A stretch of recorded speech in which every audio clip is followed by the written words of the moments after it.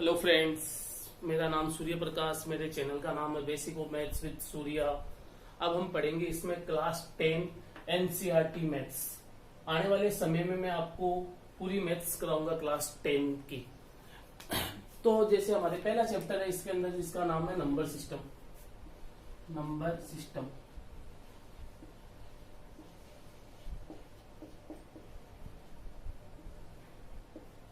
इस चैप्टर को हम सबसे पहले पढ़ेंगे। पहला चैप्टर है नंबर सिस्टम। ऐसे करके एक एक सारे चैप्टर हम इसके क्लियर कर लेंगे। तो नंबर सिस्टम में हमको पढ़ना क्या है, सबसे पहले हम वो देखेंगे, फिर एक एक करके उनको पढ़ते जाएंगे। तो सबसे पहले हमको पढ़ना है इस चैप्टर का introduction.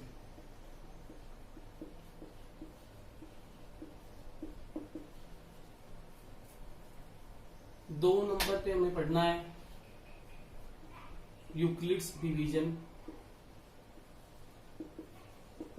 Euclid's division lemma. 3 number पे हमको पढ़ना है Euclid's division algorithm.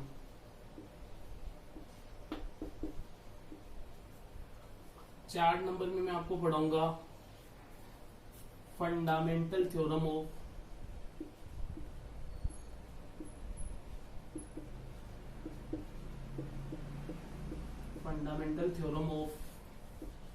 Arithmetic.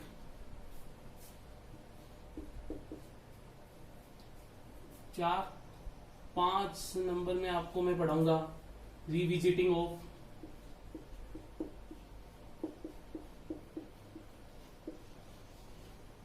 Irrational number. और फाइनली लास्ट 6 नंबर पे revisiting of rational number. Revisiting of rational number and their decimal expansion. Decimal expansion.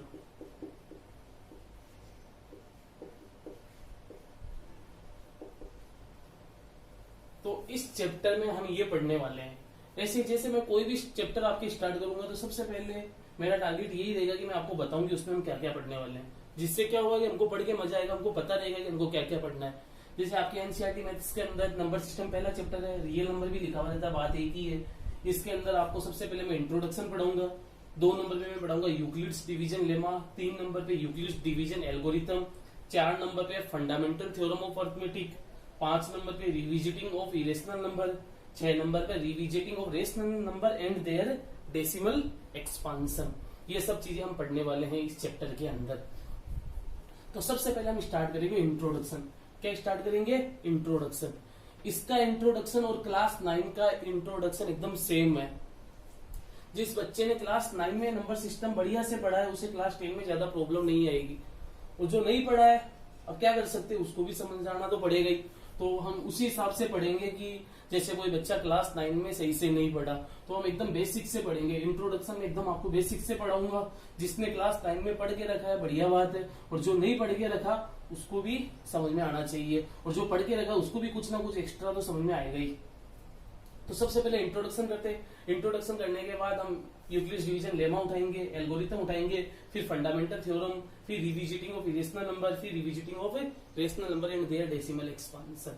तो आप एक काम करो, साथ के साथ नोटबुक रखो और ये सब कुछ नोट डाउन करते चलो। जिससे क्या होगा, आपके नोट्स बन जाएंगे, फिर आपको बार बार वीडियो नहीं देखना पड़ेगा। जैसे क्या होगा कि आप 20 मिनट के 30 मिनट की वीडियो को बार बार 30-30 मिनट लगाओ। इससे तो अच्छा आपके पास नोट्स में लिखे रहेंगे तो आप 5 मिनट में पढ़ सकते हो उसको। ठीक है, इसको पूरा नोट करो। और सबसे पहले हम पढ़ते हैं इंट्रोडक्शन नंबर सिस्टम का। पोस्ट करके कर लेना अगर किसी ने नहीं किया तो।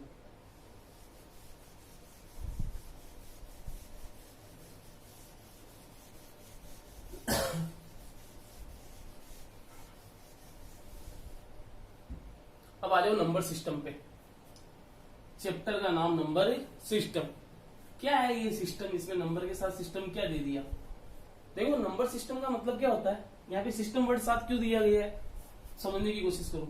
नंबर सिस्टम मतलब ये यहाँ पे ये कहना चाह रहा है कि एक ऐसा सिस्टम, नंबर सिस्टम मतलब एक ऐसा सिस्टम जिसके अंदर हम नंबर को रिप्रेजेंट करते हैं, उसे हम नंबर सिस्टम कहते हैं। समझ में आ रहा है मैं क्या कह रहा हूँ। नंबर सिस्टम मतलब हमें एक ऐसा सिस्टम पता रहना चाहिए जिसके अंदर हम अपनी मैथ को रिप्रेजेंट कर रहे हैं, तो उस सिस्टम का नाम क्या है। देखो नंबरों को रिप्रेजेंट करने के लिए बहुत सारे सिस्टम्स होते हैं, तो उन्हीं को ही नंबर सिस्टम कहा जाता है। जैसे मैं आपको, आपके काम की चीज नहीं है ज्यादा इसमें, लेकिन फिर भी आप देखो जैसे नंबर सिस्टम्स के एग्जांपल क्या है, सिस्टम के एग्जांपल क्या हो गया नंबर को रिप्रेजेंट करने के। जैसे एक नंबर डेसिमल सिस्टम, सबसे पहले हम नाम से ही चलेंगे। डेसिमल सिस्टम के अंतर्गत हम नंबरों को रिप्रेजेंट करते हैं। 2 नंबर जैसे बाइनरी सिस्टम, आपका नाम सुना हुआ होगा। 3 नंबर, ये सब आपके काम के नहीं, बस नाम सुन लो ऐसे। ऑक्टा डेसिमल सिस्टम,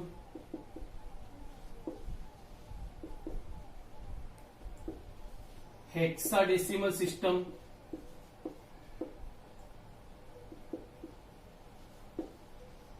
ठीक है।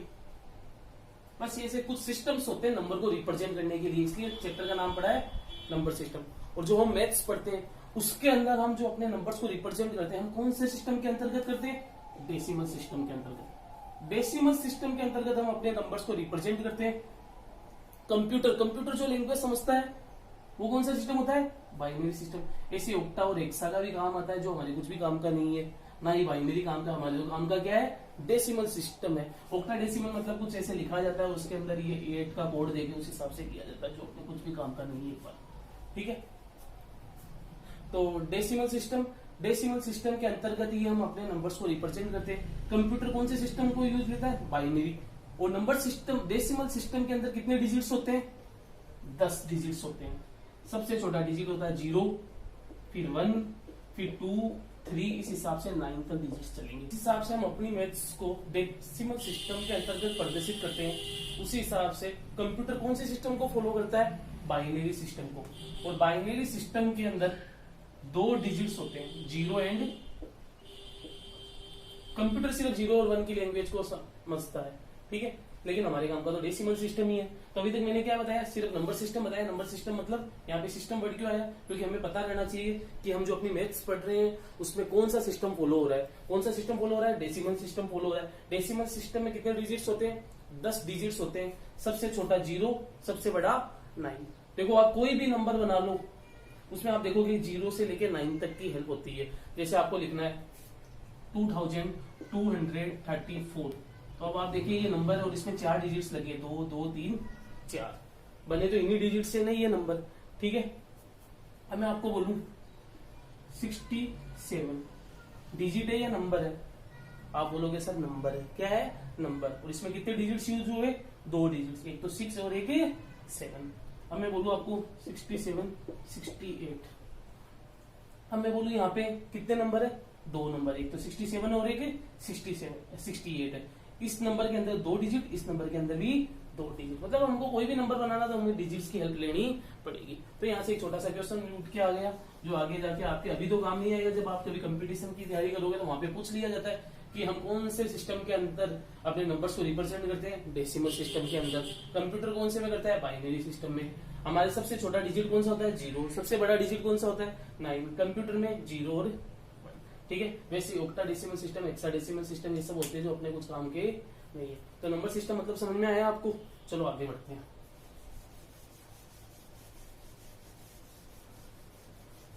अब देखो सब, अब अपने अपने सिलेबस पे आते हैं अपन। मैं आपको पढ़ा रहा हूँ फर्स्ट पार्ट इंट्रोडक्शन, उसमें अभी तक सिर्फ मैं आपको नंबर सिस्टम का मतलब समझाया, ठीक है। अब देखो जो हम नंबर सुनते रहते हैं ना अपनी लाइफ में, real number, natural number, whole number, terminating, non terminating, ये सारे, ठीक है।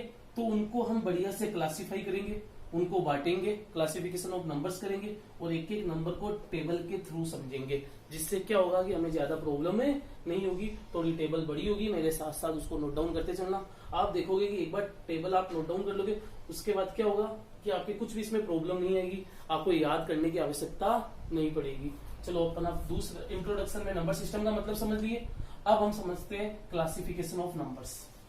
इसको भी हटाना पड़ेगा, तभी वो जाके ऊपर आएगा बढ़िया से। तो अब हम कर रहे हैं, हेडिंग डाल लो आप क्लासिफिकेशन ऑफ नंबर्स। हेडिंग डाल लो क्लासिफिकेशन ऑफ नंबर्स। तो क्लासिफिकेशन ऑफ नंबर्स, सबसे पहले नंबर आता है कॉम्प्लेक्स नंबर। कौन सा नंबर? Complex number.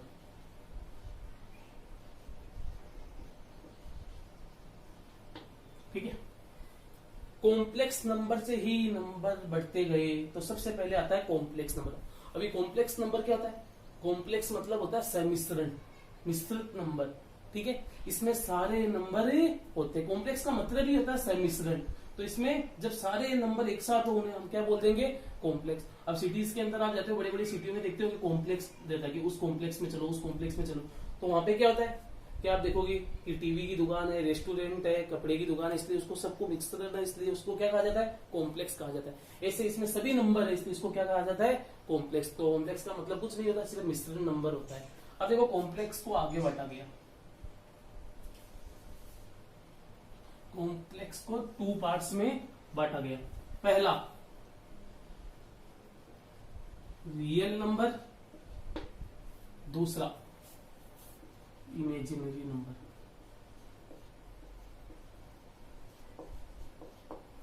ठीक है, कॉम्प्लेक्स को 2 पार्ट्स में बांटा गया, रियल नंबर और इमेजिनरी नंबर। रियल मतलब क्या होता है? वास्तविक संख्या।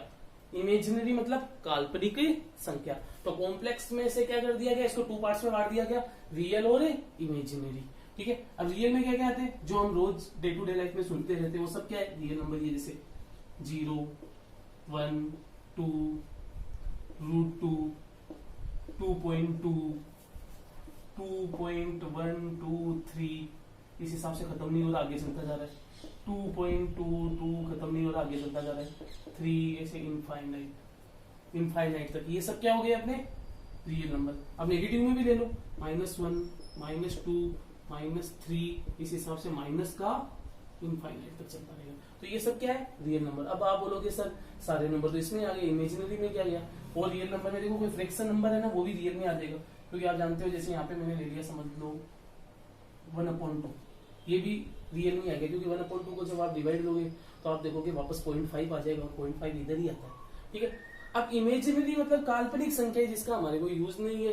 काल्पनिक में जैसे हो गया रूट के अंदर अगर कोई नंबर माइनस के साथ है, जैसे -3, रूट के अंदर -5, ये सब क्या है? काल्पनिक। हकीकत में ऐसा कुछ हो नहीं सकता, इसलिए काल्पनिक संख्या कहते हैं। जैसे आप जाके अगर आप साइंस मैथ लोगे तो आप देखोगे कि वहां पे टेक्निकल मैथ्स में ये सब वर्ड यूज दिए जाते हैं, iota, alpha, beta, gamma, lambda, ये सब क्या है? एक काल्पनिक संख्या टाइप का हम कह सकते हैं, सिंबल्स है, वैसे आयोटा है। ठीक है, तो रूट के अंदर -5, -3, ये सब क्या है? इमेजिनरी नंबर है। तो अब यहाँ से रियल नंबर की क्या डेफिनेशन निकल के आई कि दुनिया के सारे नंबर रियल नंबर है। दुनिया के सारे नंबर रियल नंबर है एक्सेप्ट इमेजिनरी नंबर। काल्पनिक संख्याओं को छोड़ के जितने भी नंबर है वो सारे के सारे रियल नंबर है। ठीक है, अब हमें काल्पनिक के बारे में कुछ नहीं पढ़ना, कुछ काम का नहीं है, काल्पनिक खत्म। अब बात आई, एक विद्वान और आया और वो बोला यार रियल नंबर को भी आगे बांटो। किसको बांटो? रियल नंबर को। किस हिसाब से बांटे? कि मैं चाहता हूं डेसिमल को अलग करो और इंटीजर्स को अलग करो। तो उसने क्या किया? रियल नंबर को 2 पार्ट्स में बांटा। एक तो डेसिमल नंबर,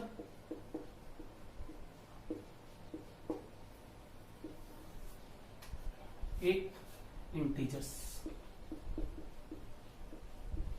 साथ के साथ नोट करते चलो इसको। तो डेसिमल नंबर और इंटीजर्स। डेसिमल क्या होता है? जिसमें डेसिमल हो। इंटीजर्स क्या होता है? जिसमें डेसिमल नहीं हो। तो इसने क्या किया? यहां से डेसिमल को अलग कर दिया और इंटीजर्स को अलग कर दिया। जैसे मैं 2.2 जो एग्जांपल लिया उसी से समझाता हूं आपको। 2.123 डॉट, ये भी तो डेसिमल ही आगे चलता रहा बोले। अब 2.222, ठीक है, 1/2 भी इसी में आ जाएगा। ये एक तरीके से फ्रैक्शन है, लेकिन डेसिमल में क्यों आ रहा है? क्योंकि फ्रैक्शन आगे जाके डेसिमल ही बनेगा। 1 में 2 का डिवाइड देंगे तो 0.5 आएगा, है तो डेसिमल के फॉर्म में। वैसे ही आप ले लो, यहां से √2 ले लो। √2 का मतलब 1 पॉइंट समथिंग, वो भी डेसिमल में आ रहा है, तो सारे डेसिमल के ही नंबर है ये सब। तो ये सब किसमें आ गए, डेसिमल में आ गए। और जो बच्चे हैं वो सब किसमें चले गए, इंटीजर्स में। इंटीजर्स में देखे 0 1 2 3 इस हिसाब से चलता रहा इनफाइनाइट तक, -1 -2 -3 इस हिसाब से चलता रहा माइनस के इनफाइनाइट। तो आपको समझ में आया, रियल नंबर से क्या किया, डेसिमल्स को अलग कर दिया, इंटीजर्स को अलग कर दिया। अब इनके बीच में कुछ भी नहीं आ सकता, 2.2 √3 कुछ भी नहीं आ सकता। अब जो दिखाई दे रहा है वो इंटीजर से है, और जितने भी डेसिमल वाले हैं वो क्या है, इसमें चले गए। तो फ्रैक्शन भी डेसिमल ही होता है एक तरीके से, इसको आगे डिवाइड दोगे तो आप देखोगे कि किसमें चला जाएगा, डेसिमल में चला जाएगा। √2 को अगर आप कैलकुलेटर में √2 मारोगे तो 1 पॉइंट समथिंग चलेगा, वो भी किसमें आ जाएगा, डेसिमल में आ जाएगा। तो सबसे पहले कॉम्प्लेक्स नंबर था, कॉम्प्लेक्स को हमने 2 पार्ट्स में बांटा, रियल एंड इमेजिनरी। इमेजिनरी हम देख लिया, रूट के अंदर कोई भी माइनस नंबर हो या कोई सिंबल जैसे आयोटा, ये सब क्या है, इमेजिनरी है। रियल के अंदर दुनिया के सारे नंबर रियल नंबर होते हैं एक्सेप्ट इमेजिनरी नंबर। अब रियल नंबर में से डेसिमल को अलग किया, इंटीजर्स को अलग किया।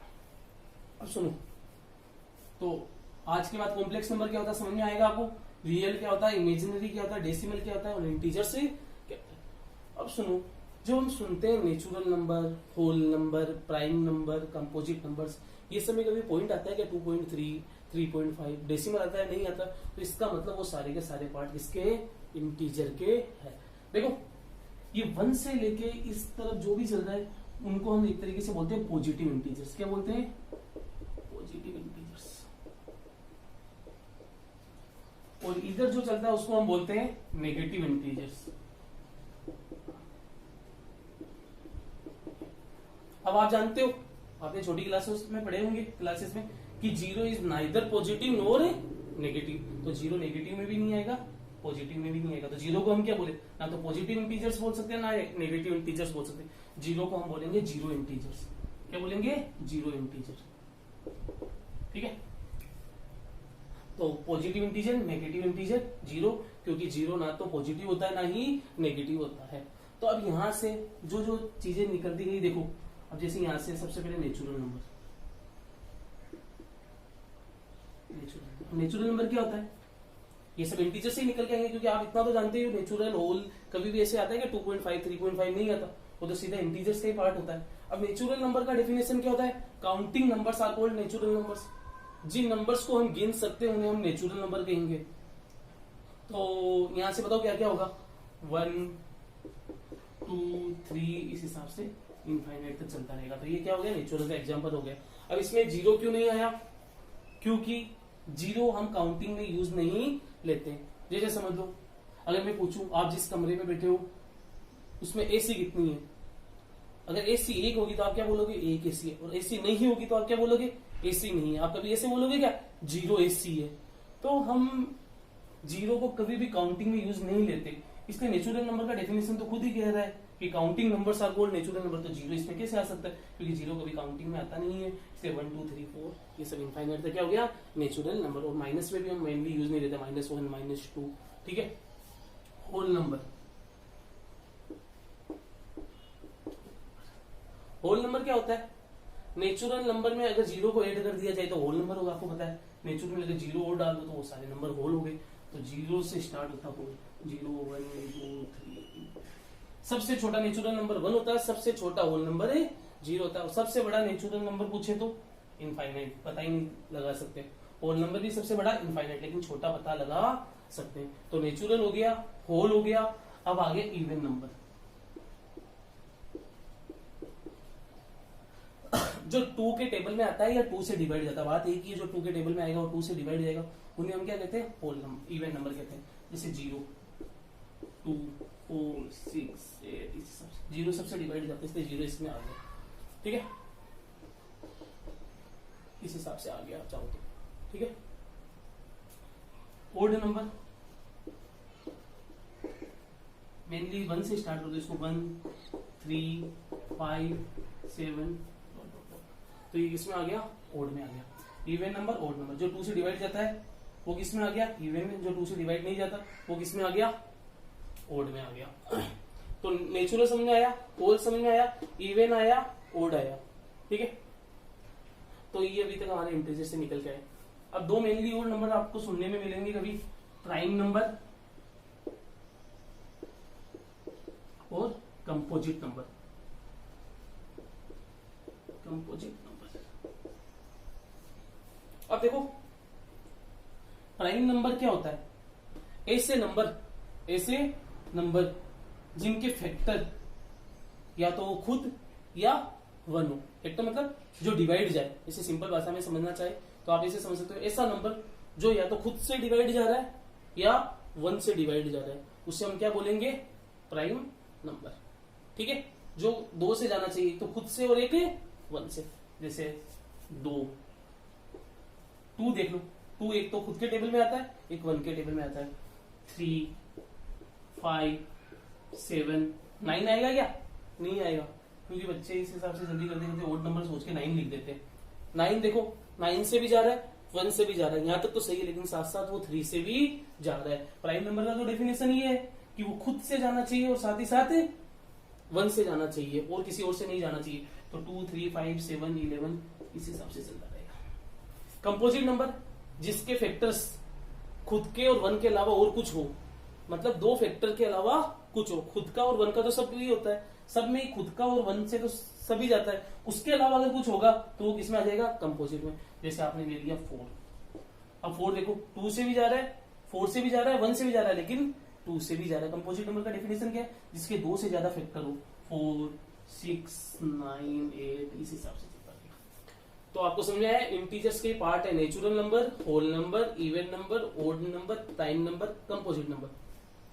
ठीक है, तो ये सारे पार्ट किसके? इंटीजर्स के। तो आपको ये बढ़िया से समझ में आया होगा, तो इसको नोट डाउन करो जल्दी से। अब आएगा डेसिमल नंबर। क्या आएगा? डेसिमल को एक्सपांड करेंगे हम।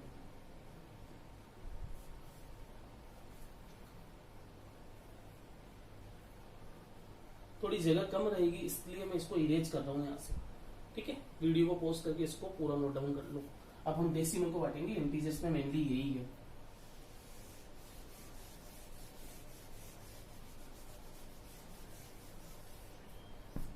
अब आ गया डेसिमल। तो कॉम्प्लेक्स से रियल, इमेजिनरी, फिर रियल से डेसिमल, इंटीजर, इंटीजर बढ़ गया।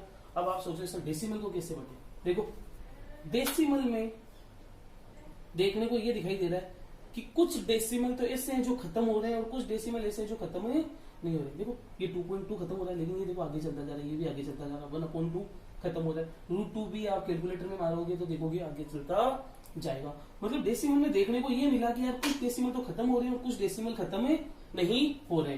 तो हम इसको 2 पार्ट्स में बांट देंगे। खत्म होना, इसको हम बोलते हैं टर्मिनेटिंग। क्या बोलते हैं? टर्मिनेटिंग। तो TERMINATING,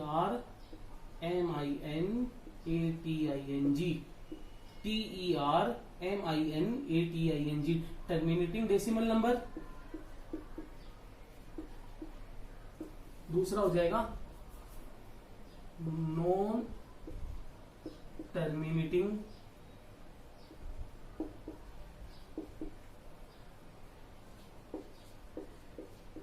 डेसिमल। तो मैंने डेसिमल नंबर को 2 पार्ट्स में बांट दिया, टर्मिनेटिंग और नॉन टर्मिनेटिंग। इंटीजर्स का हो ही गया आपके।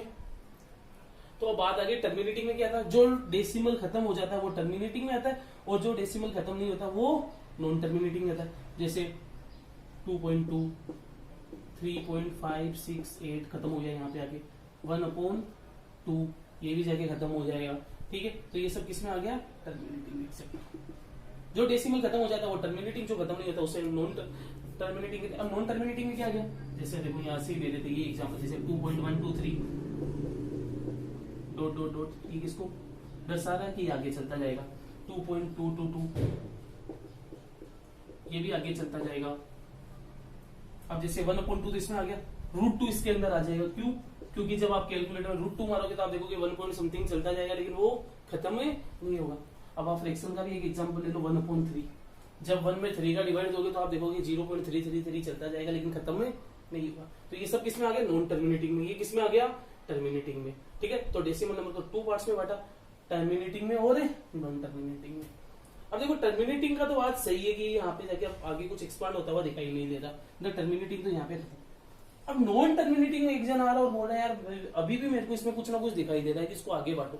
तो भाई साहब अब क्या दिखाई दे रहा है कि देखो मेरे को कुछ नॉन टर्मिनेटिंग तो ऐसे दिखाई दे रहे हैं जो रिपीट होते जा रहे हैं, और कुछ नॉन टर्मिनेटिंग ऐसे दिखाई दे रहे हैं जो रिपीट ही नहीं हो रहे। देखो कैसे 2.2222 नॉन टर्मिनेटिंग है लेकिन रिपीटिंग है, ये नॉन टर्मिनेटिंग है लेकिन नॉन रिपीटिंग है। तो नॉन टर्मिनेटिंग डेसिमल 2 पार्ट्स में फाइनली बटेगा मेनली, बस इसके बाद कुछ नहीं आगे। सुनो क्या होगा, repeating non terminating decimal expansion, repeating non terminating decimal number, ऐसे शॉर्टकट में लिख देता हूं, ठीक है। और ये हो जाएगा non repeating non terminating decimal expansion, ठीक है। Repeating non terminating decimal expansion, non repeating non terminating decimal expansion, ठीक है। कहां पे आपको रिपीटिंग की जगह रिकरिंग वर्ड भी देखने को मिल सकता है। रिकरिंग मतलब भी रिपीटिंग होता है, जैसे recurring non terminating decimal expansion, non recurring non terminating decimal expansion, बात एक ही। तो रिपीटिंग में क्या आ गया 2.2222, ठीक है। कुछ भी ले लो आप 0.3333, ठीक है। वही 0.33 को 1/3 भी बोल सकते हैं इस हिसाब से। इसमें क्या आ गया 2.123 नॉन टर्मिनेटिंग, √2 कुछ भी और ले लो, √5 √7 इस हिसाब से चलता है, √15 भी ले लो, चलो कुछ भी ले लो। नहीं आप सोचोगे कि रूट के अंदर सिर्फ प्राइम नंबर ही आता है, देखो 15 प्राइम नहीं है लेकिन फिर भी वो उसमें आ गया, क्योंकि 15 बाहर निकल ही नहीं रहा, और जो बाहर नहीं निकलता वो नॉन रिपीटिंग नॉन टर्मिनेटिंग में जाता है। तो मेनली टेबल यही थी, ठीक है। तो कॉम्प्लेक्स नंबर को 2 पार्ट्स में बांटा, real number, imaginary number. Imaginary क्या होता है, रूट के अंदर जो माइनस नंबर्स होते हैं, आयोटा, ये सब क्या इमेजिनरी को छोड़ के दुनिया के जितने भी नंबर होंगे वो क्या होंगे, रियल नंबर। रियल नंबर को 2 पार्ट्स में बांटा के डेसिमल को अलग कर दिया, इंटीजर को अलग कर दिया। अब इंटीजर भी मैंने इसको बताया कि जिसमें डेसिमल और फ्रैक्शन नहीं आता, डेसिमल और फ्रैक्शन इधर चला जाएगा, क्योंकि फ्रैक्शन भी एक तरीके से डेसिमल का ही रूप है, ठीक है। फ्रैक्शन को आपको ऐसे में सोचना सर 4/2 तो फ्रैक्शन है, ये डेसिमल कैसे हो सकता है, इसको ये बेटा फ्रैक्शन है ही नहीं, क्योंकि फ्रैक्शन जिसको बोलते हैं जो आगे कट नहीं सकता, ये भी कट रहा है, देखो 2 से ये कट रहा है 2 टाइम, इसका मतलब ये इंटीजर में चला जाएगा 4/2, फाइनली हम इसको 2 ही तो लिखेंगे, ठीक है। तो 0 1 2 3 इनफाइनाइट, -1 -2 इनफाइनाइट, इसको पॉजिटिव इंटीजर बोलते हैं, इनको negative, 0 is neither positive not negative, इसलिए इसको हम 0 इंटीजर बोलते हैं। अब इंटीजर को 2 पार्ट, इंटीजर को फाइनली मैंने बांटा था, क्या क्या बांटा था, natural number, whole number, even number, odd number, prime number, composite number, वो सारे मैंने आपको बढ़िया से समझाए थे। फिर मैं आया था डेसिमल नंबर में, डेसिमल में 2 देखे मैंने, क्या क्या देखे, टर्मिनेटिंग और नॉन टर्मिनेटिंग, ठीक है। तो ये हो गया टर्मिनेटिंग और ये हो गया नॉन टर्मिनेटिंग। टर्मिनेटिंग तो सही है, चलो खत्म हो रहा है, कुछ दिखाई नहीं, लेकिन नॉन टर्मिनेटिंग अभी और कुछ दिखाई दे रहा है क्या, कि यार ये खत्म नहीं हो रहा, वो तो सही है, लेकिन यहाँ पे कुछ जगह ये रिपीट होता है, कुछ जगह रिपीट ही नहीं होता, और जहाँ रिपीट होता है उसे हम बोलते हैं रिपीटिंग नॉन टर्मिनेटिंग, और जहाँ रिपीट नहीं होता उसे नॉन रिपीटिंग नॉन टर्मिनेटिंग। तो मेनली आपके क्लासिफिकेशन ऑफ नंबर सिस्टम यही था। तो इस टेबल को बढ़िया से पढ़ना है आपको, आप देखोगे कि आपको सारे नंबर ऑटोमेटिक आने लग जाएंगे, ठीक है। तो अब बात आई, अब सबके दिमाग में ये चल रहा है सर हमने ये पूरी टेबल पढ़ ली, लेकिन अभी तक हमको ये नहीं पता चला रेशनल नंबर क्या होता है और इरेशनल नंबर क्या होता है। क्योंकि आपको पता है जब हम नंबर सिस्टम पढ़ रहे थे तो मैंने लास्ट के 2 पार्ट्स में आपको क्या बताया था, रिविजिटिंग इरेशनल नंबर और रिविजिटिंग रेशनल नंबर। तो वहां पे रेशनल और इरेशनल का नाम आ रहा है, तो हमको वो आना चाहिए।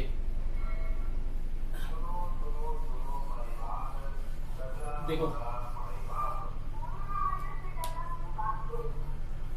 ये रेशनल नंबर क्या होता है,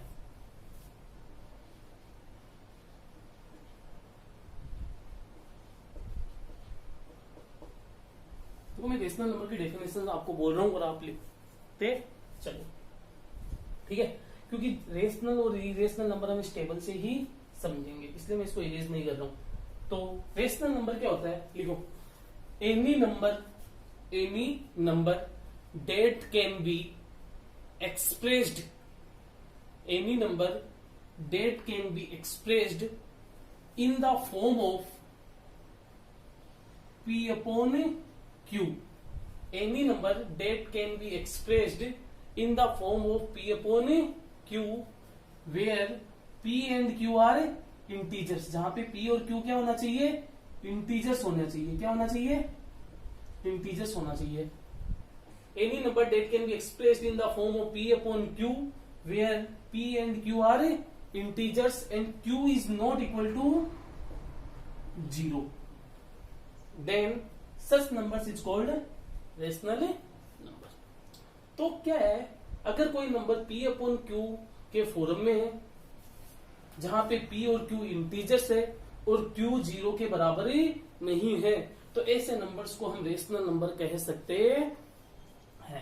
तो देखो 3 कंडीशन होनी चाहिए रेशनल नंबर होने के लिए. पहली, P अपॉन Q के फॉर्म में होना पड़ेगा. दूसरा, P और Q वहां पे इंटीजर होना पड़ेगा. तीसरा, Q 0 के बराबर नहीं होना पड़ेगा. ठीक है.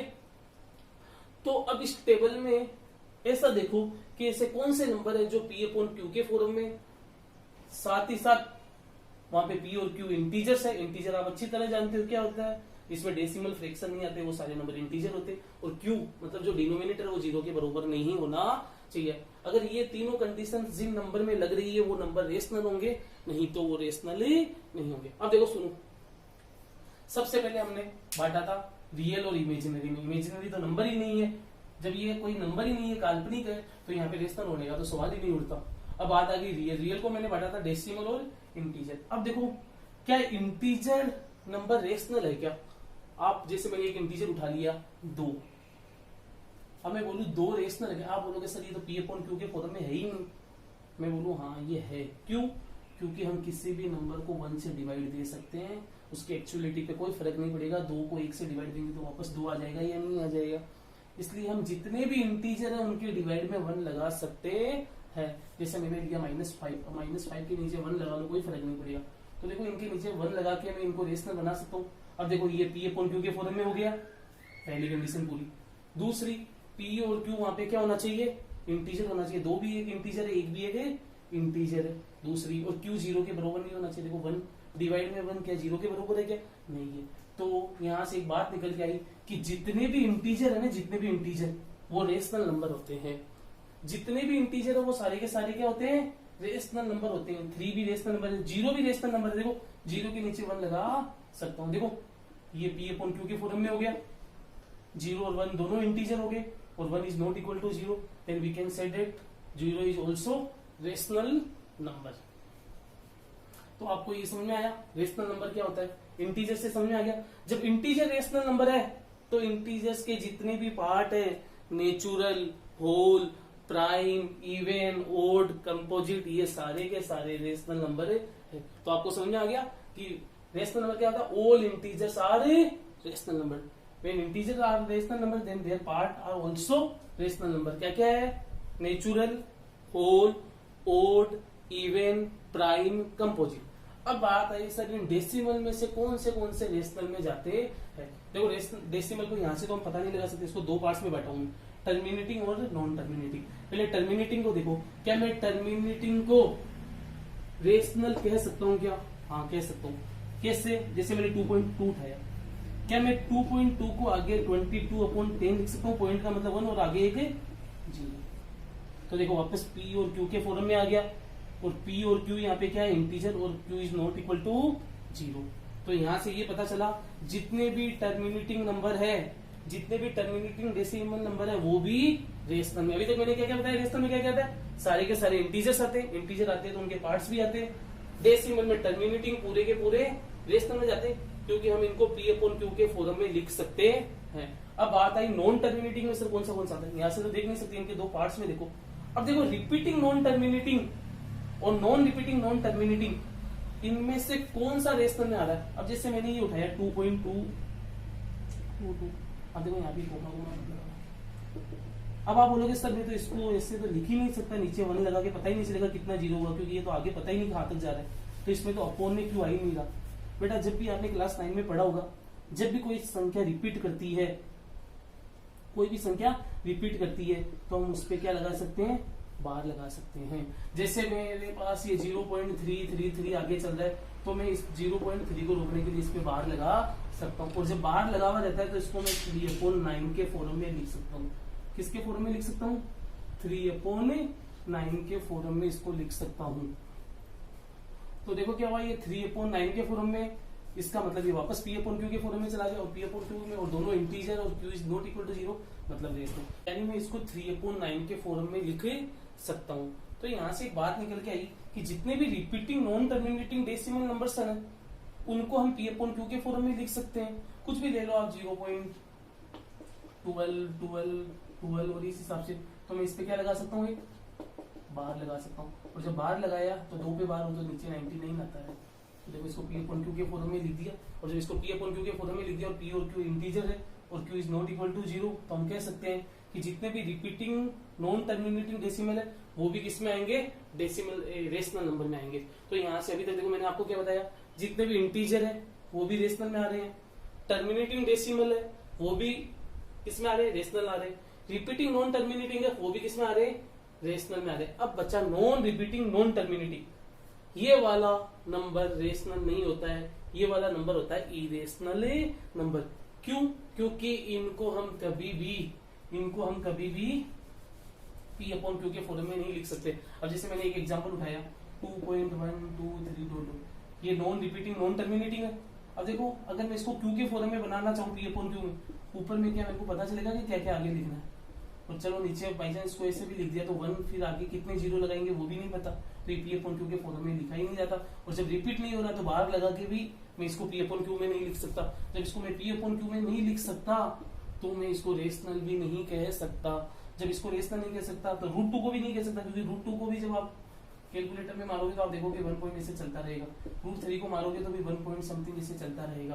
तो इसका मतलब सिर्फ इरेशनल में एक ही चीज आती है, नॉन रिपीटिंग नॉन टर्मिनेटिंग, उसके अलावा जितने भी नंबर है वो सारे किसमें आते हैं? रेशनल में। तो यहां से एक बात निकल के आई, all integers are rational number, all terminating decimal numbers are rational number, all repeating non-terminating decimal number are rational number, but non-repeating non-terminating rational number, non-repeating non-terminating decimal number किस में आता है? irrational number में आता है, क्योंकि इसको हम P/Q के फॉर्म में नहीं लिख सकते। देखो इसका सबसे बढ़िया एग्जांपल है एक पाई। पाई बताओ किस में आएगा? रिपीटिंग नॉन टर्मिनेटिंग में आएगा या नॉन रिपीटिंग नॉन टर्मिनेटिंग में आएगा? पाई इसके अंदर आएगा। पाई एग्जांपल है नॉन रिपीटिंग नॉन टर्मिनेटिंग का। क्यों? क्योंकि पाई की वैल्यू अनंत है। पाई की वैल्यू क्या है? अनंत है, और जिसकी वैल्यू अनंत होती है वो नॉन रिपीटिंग नॉन टर्मिनेटिंग में चलता जाता है। ठीक है, तो और जो हम 22/7 बोलते हैं 22/7, वो इसकी अनुमानित फिगर है, वो एक्यूरेट नहीं है, तो 22/7 आ जाएगा इसके अंदर, क्योंकि ये P/Q के फॉर्म में लिखा गया और दोनों इंटीजर है। तो यहां से एक बात निकल के आई, pi is not equal to 22/7। ये अप्रोक्सीमेट इसकी वैल्यू है, लेकिन हम नहीं कह सकते कि ये और ये एकदम सेम है। ठीक है, तो 3.14 ऐसे समथिंग चलता जाएगा, इसका भी चलता जाएगा, लेकिन ये इसके अंदर आएगा रिपीटिंग नॉन टर्मिनेटिंग में, ये नॉन रिपीटिंग नॉन टर्मिनेटिंग में आएगा। तो पाई किसका एग्जांपल है? नॉन रिपीटिंग नॉन टर्मिनेटिंग का। इसका मतलब पाई इरेशनल है और 22/7 रेशनल है। यहाँ पे बच्चे बहुत कंफ्यूज होते हैं, ये यहाँ तक कि कंपटीशन में पूछा जाता है, कंपटीशन में भी ये गलत हो जाता है कि एग्जांपल आ जाएगा कि इनमें से रेशनल नंबर कौन सा है, पाई है या 22/7, तो बच्चा सोचेगा यार पाई 22/7 तो एक ही होता है, वहां पे कंफ्यूज हो जाएगा। तो देखो रेशनल नंबर तो है 22/7, क्योंकि ये रिपीटिंग नॉन टर्मिनेटिंग में आ रहा है, P/Q में लिखा गया, और पाई किसमें चला गया? नॉन रिपीटिंग नॉन टर्मिनेटिंग में, यानी इरेशनल है। तो अब आपको रेशनल और इरेशनल भी समझ में आया। तो मैंने आपको पूरी टेबल समझा दी, जितने भी मेनली नंबर होते हैं वो समझा दिया। रेशनल क्या होता है, इसी टेबल से आपको रेशनल समझ में आ गया। Any number date can be expressed in the form of P/Q where P and Q are integers and Q is not equal to 0, then such number is called rational number। तो rational number में all integers are rational number, all terminating decimal number are rational number, all repeating non terminating are rational। Irrational में सिर्फ जाता है non repeating non terminating. सबसे बढ़िया example है पाई वाला। तो इरेशनल के अंदर क्या होता है? इरेशनल में क्या क्या आता है? रूट के अंदर प्राइम नंबर जितने भी होते हैं 2, 3, 5, 7, ये सब क्या है? किसके एग्जांपल है? इरेशनल नंबर के। नॉन रिपीटिंग वाले 1, 2, 3, 4 नॉन टर्मिनेटिंग साथ साथ। और कोई जरूरी नहीं है कि रूट के अंदर प्राइम ही हो, प्राइम के अलावा भी कुछ हो सकता है जो भी इरेशनल में आ सकता है। जैसे रूट के अंदर 15, देखो 15 बाहर निकल रहा है क्या, 15 किसी का ही नहीं है इस पॉइंट, तो इसलिए ये भी किसमें आ गया, इरेशनल में। तो √2, √3, √5, √7, √15, 1.23 समथिंग पाई, ये सब एग्जांपल किसके हैं, इरेशनल के। और रेशनल के तो आप जानते हो, इरेशनल मतलब जो P/Q के फॉर्म में नहीं लिखा जाता। तो ठीक है, तो आपको मैं इंट्रोडक्शन पढ़ा रहा था। इंट्रोडक्शन में नंबर सिस्टम का मतलब क्या होता है, सबसे पहले मैंने बताया कि नंबर सिस्टम क्या है। नंबर सिस्टम एक ऐसा सिस्टम है जिसके अंतर्गत हम नंबर को रिप्रेजेंट करते हैं। दूसरा, हम कौन से सिस्टम को फॉलो करते हैं, हम डेसिमल सिस्टम को फॉलो करते हैं। डेसिमल सिस्टम में कितने डिजिट्स होते हैं, 10 डिजिट होते हैं। सबसे छोटा डिजिट 0 और सबसे बड़ा डिजिट 9। इन्हीं डिजिट से हम सारे दुनिया के नंबर्स बना सकते हैं। फिर मैंने बताया आपको क्लासिफिकेशन ऑफ नंबर्स, कॉम्प्लेक्स लिया, कॉम्प्लेक्स से हमने बांटा रियल, इमेजिनरी। इमेजिनरी का इतना ही काम है, रियल को बांटा डेसिमल और इधर इंटीजर्स में। इंटीजर्स को मैंने बांट दिया natural, whole, prime, composite, even, odd में। फिर मैंने डेसिमल को बांटा terminating decimal, non terminating decimals. टर्मिनेटिंग का काम खत्म, नॉन टर्मिनेटिंग को आगे 2 पार्ट में और बांट दिया। फिर मैंने बताया रेशनल नंबर क्या होता है, जो P/Q के फॉर्म में लिखा जाए, जहाँ पे P और Q क्या होना चाहिए, इंटीजर, और Q is not equal to 0। तो वो सारे के सारे इंटीजर्स इसमें आते हैं, क्योंकि हम किसी भी इंटीजर के नीचे 1 लगा सकते हैं, क्योंकि किसी के अपॉन में 1 लगाने से उसकी एक्चुअलिटी में कोई चेंजेस नहीं आता। तो ये सारे के सारे किसमें चला जाएगा, रेशनल में चला जाएगा। तो सारे के सारे इंटीजर्स जब रेशनल है तो इंटीजर्स के पार्ट भी रेशनल हो जाएंगे, और यहाँ से टर्मिनेटिंग डेसिमल नंबर भी रेशनल हो गए, और रिपीटिंग नॉन टर्मिनेटिंग भी डेसिमल हो गए। क्योंकि रिपीटिंग नॉन टर्मिनेटिंग को अपन डिवाइड में 9 लगा के, बार लगा के और नीचे 9 लगा के हम उसको खत्म कर सकते हैं, और उसे हम P/Q के फॉर्म में लिख सकते हैं। नॉन रिपीटिंग नॉन टर्मिनेटिंग को हम कभी भी P/Q के फॉर्म में नहीं लिख सकते, इसीलिए ये रेशनल में नहीं आता, इरेशनल में जाता। इरेशनल में सिर्फ एक ही कैटेगरी आती है, ये वाली। ठीक है, पाई अच्छा एग्जांपल है इसका। तो आपको समझ में आया। एक छोटी सी बात और देखो, ये सब नोट कर लिया ना आपने। अब बात आई, सर ये अपोन में क्यों 0 क्यों नहीं लिखा जाता। देखो, जैसे 0/2 अगर मैं पूछूं ये रेशनल नंबर है, क्या आप बोलोगे हाँ है, क्योंकि P/Q में और P और Q दोनों इंटीजर है, और Q is not equal to 0, तो ये रेशनल हो गया। लेकिन ऐसा क्या आ रहा है, सर इसको 2/0 लिखते हैं, ये रेशनल क्यों नहीं होता। सुनो, पहली कंडीशन ये P/Q में है, फॉलो होगी। दूसरी कंडीशन P और Q इंटीजर होना चाहिए, P और Q क्या है, इंटीजर, ये भी हो गया। तीसरा है Q is not equal to 0, but यहाँ पे Q इज इक्वल टू 0, मतलब तीसरी कंडीशन फॉलो नहीं आ रही, तो ये रेशनल नहीं। ऐसा क्या हो रहा है कि 0 में आते ही ये रेशनल ही नहीं हो रहा। सुनो बेटा, जब हम किसी, जैसे अगर मैं 4 में 8 में 2 का डिवाइड दूं तो इस हिसाब से लिखूंगा। अब डिनोमिनेटर में जो नंबर रहेगा उसका टेबल बोलूंगा, जब तक बोलूंगा जब तक ऊपर वाला नहीं आ जाए। जैसे 2 1 जा 2, 2 2 जा 4, 2 3 जा 6, 2 4 जा, आ गया या नहीं आ गया। ठीक है, वैसे ही ऊपर 0 है नीचे 2 है, तो 2 का टेबल बोलूंगा जब तक 0 नहीं आ जाए। और आप जानते हो 2 0 जा कितना होता है, 0, इसलिए 2 में जैसे 2 0 जा बोला, 0 आ गया तो 0 आ गया। अब बात है 0 का टेबल मेरे को बोलना जब तक 2 नहीं आए, तो 0 1 जा 0, 0 2 जा 0, 0 3 जा 0। आप बूढ़े हो जाओगे तो भी 2 नहीं आएगा, बल्कि नहीं आएगा, तो 2 तो बहुत दूर की बात है। तो 0 को जब हम किसी नंबर को 0 से डिवाइड देते हैं तो क्या आता है, क्या आता है, इनफाइनाइट। और जब 0 को किसी नंबर से देते हैं तो 0 आता है, क्योंकि नीचे वाले का हमेशा टेबल बोलना पड़ता है। 0 1 जा 0, 0 2 जा 0, 0 3 जा 0, तो 2 आ ही नहीं रहा, इनफाइनाइट है। जब ये कोई नंबर ही नहीं है तो रेशनल इरेशनल ये सब तो होने का सवाल ही नहीं उठता। तो समझ में आ गया, इसलिए अपोन में 0 नहीं होना चाहिए। तो आपको ये बढ़िया से समझ में आया होगा क्लासिफिकेशन ऑफ नंबर्स। इसी हिसाब से हम एकदम डीपली चलेंगे। अभी मैंने आपको थोड़ा इंट्रोडक्शन बताया, अब धीरे धीरे हम अपने सिलेबस पे भी आएंगे। एनसीईआरटी मैथ्स पूरी पढ़ा रहा हूं मैं आपको। आप कोई से भी बोर्ड से बिलोंग क्यों ना करो, आप आरबीएससी बोर्ड से हो, बिहार बोर्ड से हो, कोई से भी बोर्ड से क्यों ना हो, अगर आपने एनसीईआरटी मैथ्स कर ली तो आप जानते हो एनसीईआरटी मैथ्स सभी बोर्ड का बेस होता है। अगर आपने एनसीईआरटी मैथ्स बढ़िया से कर ली तो आप देखोगे, आप किसी भी बोर्ड से बिलोंग क्यों ना करो, आप अपनी किताब जब सोल्व करोगे तो आप देखोगे कि सारे क्वेश्चंस मिलते जुलते रहेंगे। ठीक है, और यहाँ तक कि सीबीएसई में तो एनसीईआरटी मैथ्स बुक की यूज में ली जाती है। ठीक है, तो मैंने आपको इंट्रोडक्शन इसके अंदर पढ़ा दिया।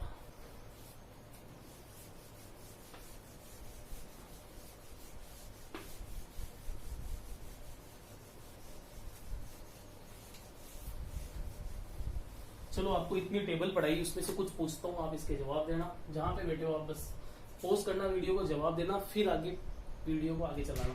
जैसे अभी मैं आपको पूछूं 2.1 2 3 4 5, बताओ ये किसके अंदर आता है? क्लासिफिकेशन ऑफ टेबल में मैंने बताया था, ये बताओ क्या है? इंटीजर है, टर्मिनेटिंग है, नॉन टर्मिनेटिंग है? अगर नॉन टर्मिनेटिंग है तो उसमें क्या है बताओ। अब देखो सबसे पहले ये देखो डेसिमल है। अब आपको समझ में आ गया यार इंटीजर का तो पार्ट है नहीं, ये डेसिमल का पार्ट है, माइंड में चलना चाहिए हाँ डेसिमल का पार्ट है। अब डेसिमल में आपको पता दो टाइप्स होते हैं, टर्मिनेटिंग और नॉन टर्मिनेटिंग। तो आपने देखा यार तो कोमा चलता जा रहा है, इसका मतलब नॉन टर्मिनेटिंग, मतलब टर्मिनेटिंग नहीं होगा। अब आपको तो ये तो पता चल गया नॉन टर्मिनेटिंग डेसिमल नंबर है। अब दिमाग में लो कि यार नॉन टर्मिनेटिंग डेसिमल नंबर है, उसमें भी दो टाइप्स होता है, रिपीटिंग और नॉन रिपीटिंग। अब आप देखो ये रिपीट हो रहा है या नहीं हो रहा है? आप देखोगे हाँ ये तो रिपीटिंग नहीं हो रहा है, इसका मतलब ये नॉन रिपीटिंग नॉन टर्मिनेटिंग है। ये क्या हो जाएगा? Non repeating non terminating decimal number. ठीक है, और बताओ ये साथ साथ क्या है, रेशनल है या इरेशनल है? आप जानते हो जो भी number non repeating non terminating decimal होता है वो क्या होता है? इरेशनल नंबर होता है। अब एग्जामिनर आपसे कुछ भी पूछो, ये नॉन रिपीटिंग नॉन टर्मिनेटिंग है या इरेशनल, आप सब बता सकते हो। ठीक है, दूसरा क्वेश्चन 22/7। 22/7 क्या है? आप जानते हो कि जब मैं किसी चीज को फ्रैक्शन में लिखूं और डिवाइड दे रहा हूँ तो डेसिमल में आ रहा है, मतलब डेसिमल की कैटेगरी में गया। अब आपको पता है कि यार इसमें अब आपको डिवाइड देके देखना पड़ेगा। ये तो हम जानते हैं कि 22/7 किस में आता है? टर्मिनेटिंग डेसिमल एक्सपांशन में आता है। किस में आता है?